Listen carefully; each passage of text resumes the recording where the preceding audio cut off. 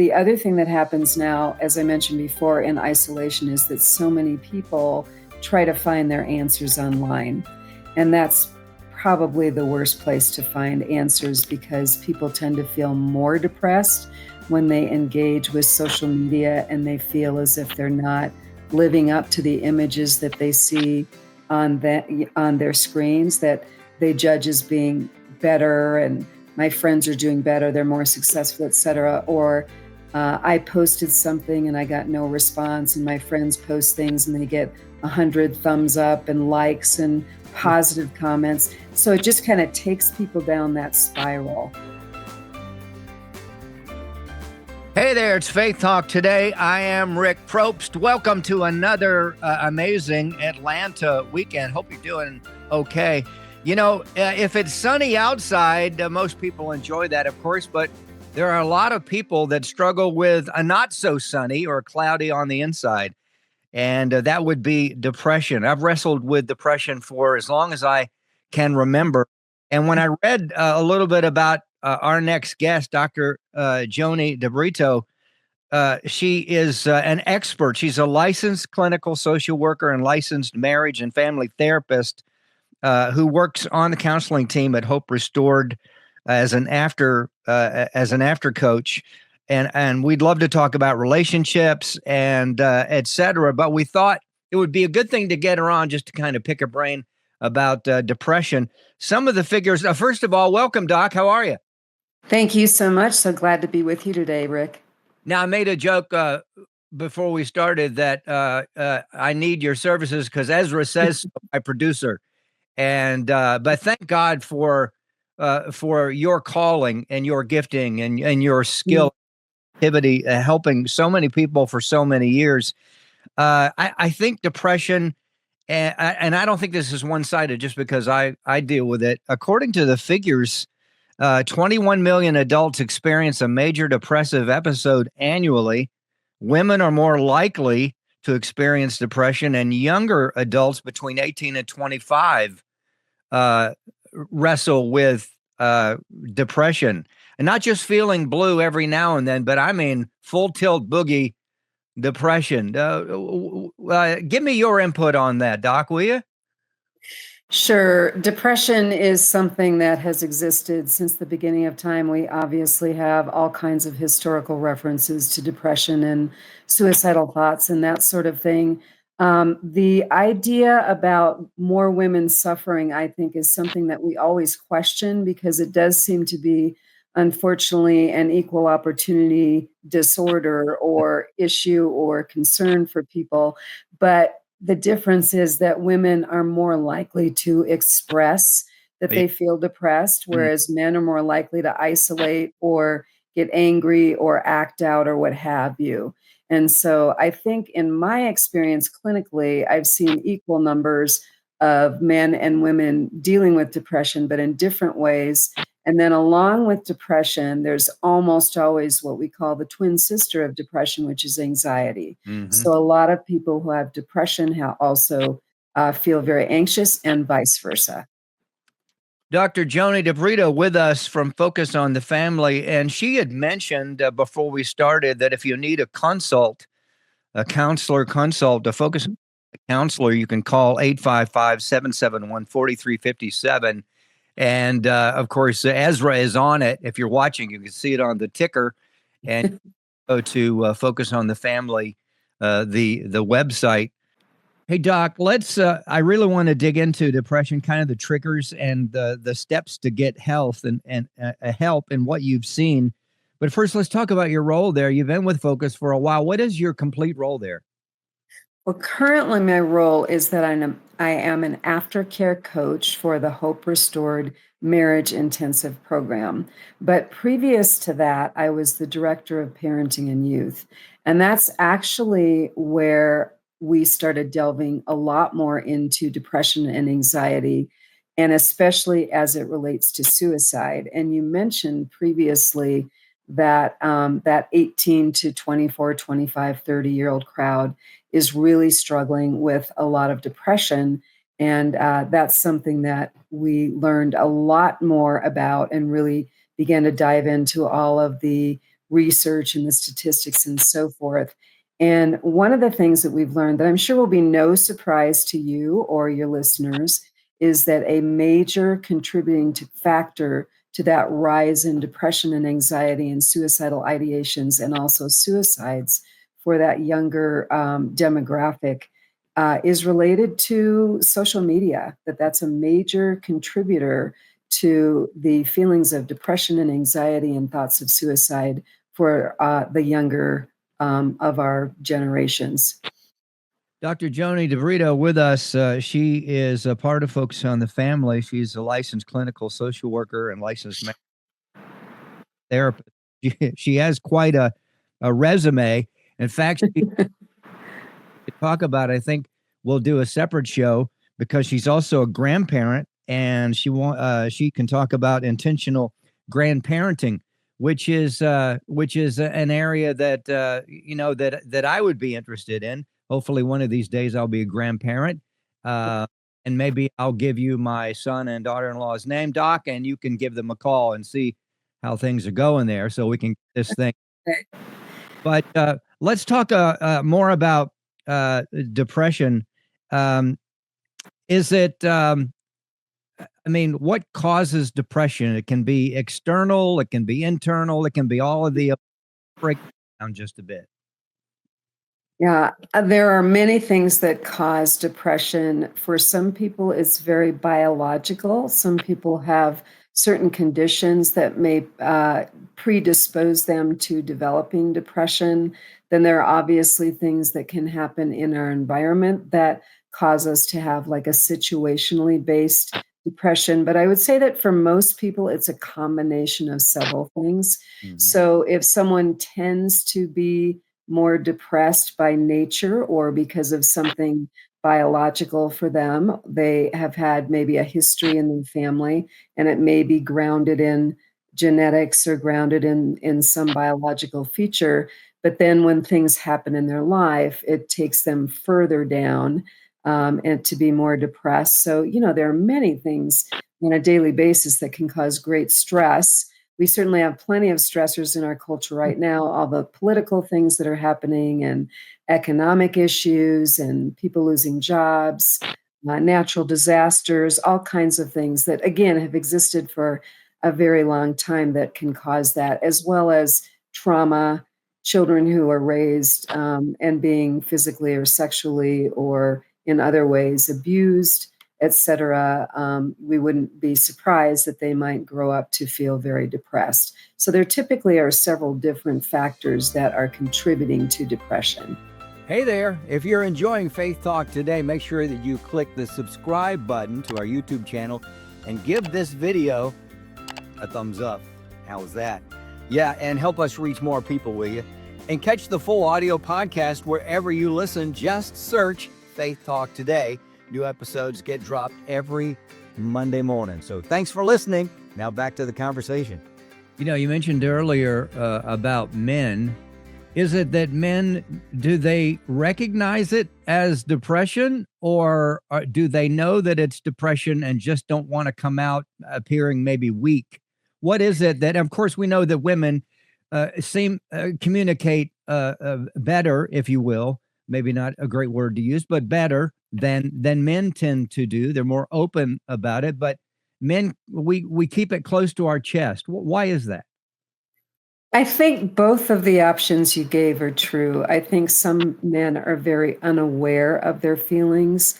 Very often I'll talk with men and try to have them describe to me how they're feeling. And their very honest answer is, I don't know. I don't really know what to even call this. Women are socialized to be very social with one another, talking. Even in a young girl's play, they're playing with dolls and they're talking to each other and they're working things out. Men are more socialized to compete and be in groups and do group kinds of activities. And so they just don't grow up conversing as much, and therefore they don't talk about intimate things as much as women do. And so I think there's a lack of awareness, but also there's still, unfortunately, this idea that if you say that you feel a certain way, which is a part of all of the human emotions that any human being might feel. But if it seems to be to you kind of a negative thing, that means that you are weak as a human being. Mhm. Plenty of men in particular will say, I've known all my life that I was dealing with what might have been some depression. But if I had told my mom that, my dad that, whomever, I would have been treated differently. And we even see in social research that little boys are treated very differently when they cry than little girls. Mhm. Little girls get hugs and kisses and caresses and so forth. And little boys get hugs and kisses and then, you're okay, brush it off, keep going, which is not a bad thing to tell a child. You don't want a child to get overwhelmed with always, crying too much. But there's kind of a jump to try to push little boys to move past the emotion and not allow them to actually feel and emote as much as little girls are allowed to do so. Doc Joni with us. We're talking about depression, and we also talk about suicidal thoughts. Those that struggle with depression are more likely 100% of the time. What percent of the time you think suicidal thoughts, Doc? I don't know the percentage. I would say that it is very common, especially as people get more and more depressed, mainly because the more depressed people get without getting any sort of help, they tend to isolate. And when you isolate, that spiral down because very often you're thinking in your head the worst of the worst, and there's no way to process that with someone else. And so your mind goes to the worst scenarios. What if this? What if that? What if I lose my job? What if I have no money? What if I'm on the streets? What if my wife leaves me? What if, what if, what if? And the other thing that happens now, as I mentioned before, in isolation is that so many people try to find their answers online. And that's probably the worst place to find answers because people tend to feel more depressed when they engage with social media and they feel as if they're not living up to the images that they see on their screens that they judge as being better, and my friends are doing better, they're more successful, etc. Or I posted something and I got no response, and my friends post things and they get 100 thumbs up and likes and positive comments. So it just kind of takes people down that spiral. So I would say that depression, we know for sure that depression is often a precursor to suicide, but not always.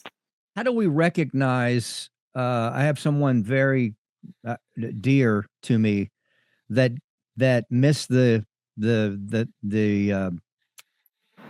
missed the flags, if you will, or missed what was going on. Thought everything was fine with their teenage son, only to find later that he submitted himself to those suicidal thoughts. Mm. And with the aftermath, this has been probably 8 or 10 years, and it's almost like it was yesterday. Very Mhm. for a parent, but how do we recognize that? Whether we have young children, teenage children, or even children that are in their 20s and such. Mhm. Well, the first thing you want to watch for is a change in personality. So either someone who is really outgoing, who becomes very quiet and reserved and again isolative, or if you have someone who used to be very quiet and reserved and now is very boisterous and seems to be angry, showing a lot more emotion than usual. Changes in eating and sleeping, people who are just eating, like they're stress eaters or they can't eat at all, people who are sleeping all day long or can't sleep at all. Definitely how their mood is affecting their ability to function on a daily basis. So if it's a kid, if the kid is not able to get out of bed, not able to go to school, that's concerned. If someone is working and not able to go to work, not able to stay at work all day, that's a concern. And then I've mentioned a couple of times that other piece of isolation, that if someone is really isolating and not engaging with other people, that is definitely a sign. Now, Here's the deal with youth, and the story you told is a common one. We will often hear, especially of youth that died by suicide, and people around them, everyone is shocked. Parents are shocked, pastors are shocked, teachers, coaches, they just didn't see it. And so here's something you need to remember that's really unique to youth. They think they're invincible, so they don't really believe they're going to die, and they're impulsive. And when you put those two things together, that can be deadly for youth. So it could be that someone dies by suicide and they didn't actually show a long pattern of depression, but they were in psychological pain for a very short period of time. And in their heads, they're trying to get rid of the pain. They're not trying to die, and they don't believe they're really going to die. So they try something to take away the pain very impulsively because they have not quite yet developed to that point of being able to think things through as to what might happen if I do this. So I can think of two young people that I knew who died who were that description. And one of them actually died because of carbon monoxide poisoning. But by the time people found her, she was in the back of her car and had rolled down a window. So it looked as if maybe she realized she was dying and decided to go in the back of the car and just kind of fell asleep there. And that happens. We hear those stories all the time. So that sometimes describes why youth die and everyone around them is shocked because no one saw it, because there really weren't any signs there. It was really more of an impulsive act. Dr. Joannie DeBrito from Focus on the Family. She's a licensed clinical worker and licensed marriage and family therapist. She is an expert when it comes to talking about depression and suicide and relationships. All right, we've got a few minutes, Doc. Let's talk about getting out of this, getting help. First thing, I guess, would be, hey, I need help, or a family member says, yes, I need help. What is it that I need to do? Where do they go from that point when they recognize not only do they wrestle with whether it's depression and or suicidal thoughts, what's the next step? So very often it's actually going to be someone in your life that notices before you do. And if they do, what you want to do, if you notice that for someone in your life, is go to them and don't say, I think you're depressed, or try to give a diagnosis or whatever. But say, here are some things I've seen that are different, and it causes me concern. Because usually people, when they're struggling, they don't want to hurt the people around them. So you can let them know that you care and I'm concerned and I feel like maybe we need some help. And then you can offer to go help them find some good help. And that could be within their support system. They might have people that you know that could be helpful, other parents, other family members, friends, parents of friends, pastors, teachers, coaches, etc. However, if they are expressing that they're really depressed and it feels like maybe they need some medical or professional mental health intervention, you could help that person, or that person alone could go to a physician or seek out the help of a mental health professional. And I will say that it's always better the earlier you're able to do that, because what you don't want is to either you get to the point of feeling suicidal or someone hears you say, I just want to die. Because then the typical thing that happens is you end up going to a hospital ER. And you have to remember about ERs, their job is to stabilize you and then get you out for outpatient help. Right. So what it basically means is they get you there, and most often what they're able to do is give you a medication to help you feel better. But that's not the long-term answer. The long-term answer is counseling and other kinds of support. And definitely no isolation. Isolation is the worst thing for someone. Right. Depression. And I'm not going to speak for all men, but myself, I tend to just kind of draw back and get in my cave and try to work it out myself. And it just does not work.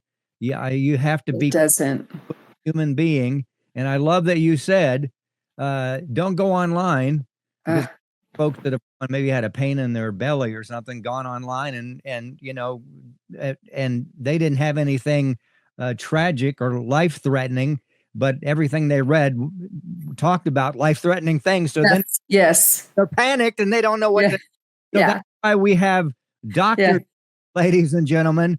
So if you will, and I appreciate the doc giving us this number, 855-771-4357. If you need a counselor, this is for a counselor consult and a focus on the family counselor and all of the things. And we've not even scratched the surface. That's why we got to have her back. Plus, we want to talk about intentional grandparenting. But if you think that someone in your life or yourself wrestling with these things, don't live with it as it is. Don't suffer, but get help, get input, and better place and focus on the family. I mean, my gracious, right? You're not going to be judged, but they're gonna help you. So go to 855-771-4357, and you can do that. What, 8? I think it's on the ticker there. It says 8 a.m. to what? What was that? 8 a.m. to 8 what? a.m. to 10 p.m. Eastern Standard Time, and that is free of charge. And also you can go to focusonthefamily.com/get help, or if you have any questions about anything regarding life, parenting, mental health, etc., you can always just put it in the search engine and I'm sure you'll find something there. And all of that stuff is free of charge. Dr. Joannie DeBrito, she is amazing. We appreciate her, and she is a happy grandparent as well. I And am. we want a special show about grandparenting, intentional grandparenting. We've all heard great stories of grandparenting where everybody's happy, and we've heard the contrary. And we Right. need help on both sides, don't we? Yes. Yes. Uh, No question about that. Yeah, so let's pick your brain next time, if you will, if you'll come back, and we'd love to talk about that. It's but I really did want to talk about this first and get help for people that need help. Again, you can go to focusonthefamily.com and you can get that help free. 855-771-4357. Hey, it may not be you, maybe somebody in your family. And you said to communicate to a person that is depressed. How you communicate them is critical, is crucial. I love that. Doc, thank you so much. We appreciate your time. We know you're one busy doctor. So you go have a great weekend. Hey, thanks for watching and listening to this show. We also put this in podcast form. You can listen to it on your smartphone and you can watch it and you can pass it around. Please do so. We see the numbers and you guys apparently are doing that. And it's not about the host, it's about the guest. And that's the way I want it. So thank you very much. You can go to faithtalkatlanta.com or wherever you get your podcast. Next week, another great guest. Have a great week. This is Faith Talk Today. I'm Rick Probst. See ya. Hey, that's it for this episode of Faith Talk Today. But wait, there is more. You can go ahead and click the next video and keep watching videos and share them. And don't forget to subscribe to the channel and to the Faith Talk Today podcast. And we'd love to connect with you online. Just follow us at Faith Talk Atlanta. We're on all the socials. Hey, thanks for tuning in. We'll see you next time on Faith Talk Today.